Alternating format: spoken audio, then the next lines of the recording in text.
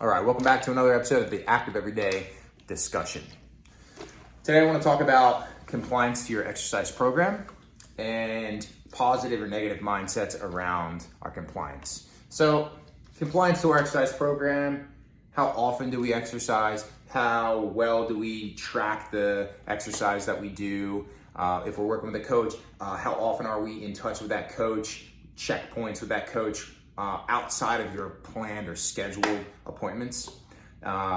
Most coaches, if they're supplying you with a program, they're gonna leave some room in there for you to add some comments and add some feedback.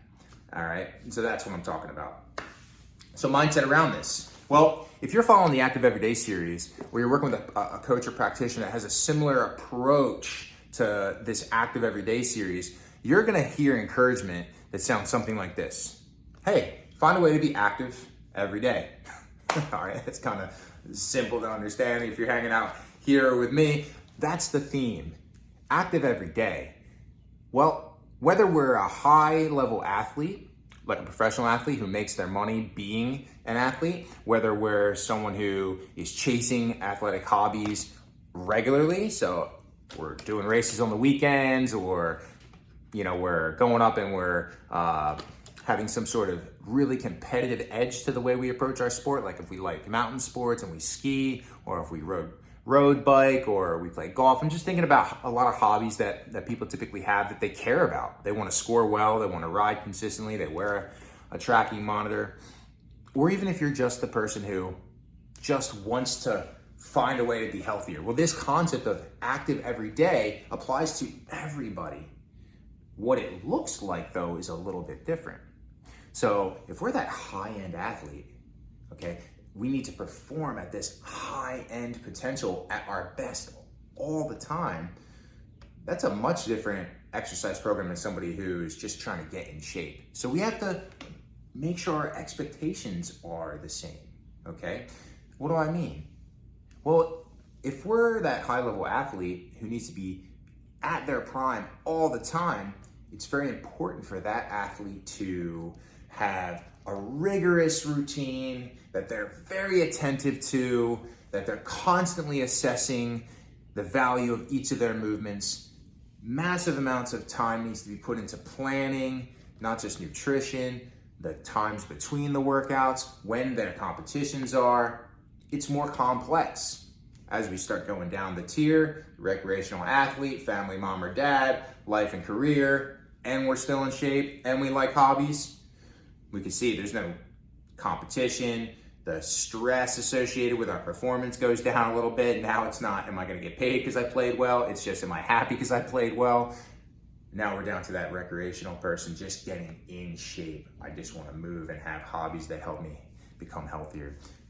Again, less emphasis. Things don't have to be as targeted or specific. We're not, let's just use a golf athlete. We're not working on a nuance to the swing pattern. So we don't need to see swing pattern skill sets being developed within the workout. We just gotta move, okay? Well, now that brings up how we should assess our compliance. Okay, we're gonna start with the people that we actually work with, this active everyday community. If you can do something every day, maybe more than the last time, or if you think about a time in your life where you were not active every day, more than those days, then you're already having success. We should be very positive about this. If you're able to complete some of, most of, or all of any programmed workout that your coach supplies you, pat on the back, that's big time success. If you can then take that extra step and record that information so you can track a little bit of it or all of it, so you can have a better connection, you're getting visual aid responses, you're having memory responses that are triggered from reading the information you've written down, the names of the exercises you're starting to learn and become more familiar with. Maybe there's an exercise video that shows you some technique that's part of your program. You're watching those videos, trying to learn things. You're gonna become more in touch with your exercise program. If you do any of those, that's another level of compliance that you can pat yourself on the back for big time success. Now, things come up in life. We travel, we get sick, we get tired, we get busy for different reasons. All of these things get in the way of our activity. And what does that lead to often? This is feedback I get from clients. Hey, I'm really sorry. I didn't do the workout on Tuesday that you wrote. I did everything else. I'm mad at myself. I'm sad. I'm frustrated. Don't be. I mean, you can learn from those emotions. So I guess what I really mean is not to avoid feeling that way, but to take how you feel. I feel bad about that day. Reflect on the big picture that you're now, trajecting yourself toward, which is active every day. How many days in your last 7 were you active? More than less? Pat on the back. Most days, pat on the back. You only missed 1 day out of 7 days of prescribed exercise or encouragement for active every day. That's a big success when you quantify the number of days active to a previous time in your life. Okay, if we can continue to have a positive mindset and a shift and perspective on the things that we're doing, all right, that is going to continue to drive your success. We need to stay on the uphill side.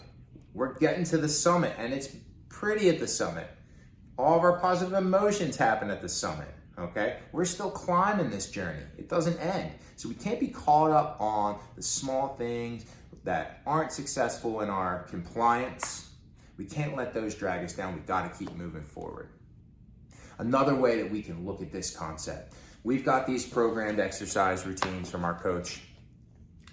My day got busy. It's the end of the day. I have not done my workout.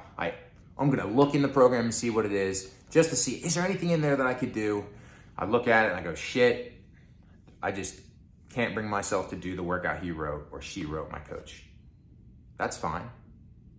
Take 3 to 5 minutes and do a breathing exercise.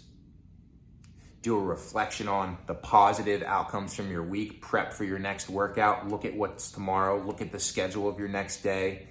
Get a positive approach and mindset to how you're going to be successful the next time. Find something there that you can bring your attention to. Instead of ending the day, ending the night on, oh, I didn't work out, I feel negative emotion around this. Find that positive. Look, the more times that we can find success is in how we think, not just in how we have acted physically, the more success we're going to have moving forward for our health and wellness goals. Okay, that's my rant. That's what I had to talk about today. Those were my thoughts in our discussion. It's a one-sided discussion, okay? Feel free to leave me some comments. I'll do my best to get back to you. But hey, work on your compliance and work on having a positive mindset around the positive things you do in your exercise program, okay? Hey, have an awesome time. Keep exercising. Find a way to stay active every day. Make sure you tell your friends about this YouTube channel, all right? We're trying to help people just find a way to move and be positive about what they do. We'll see you soon.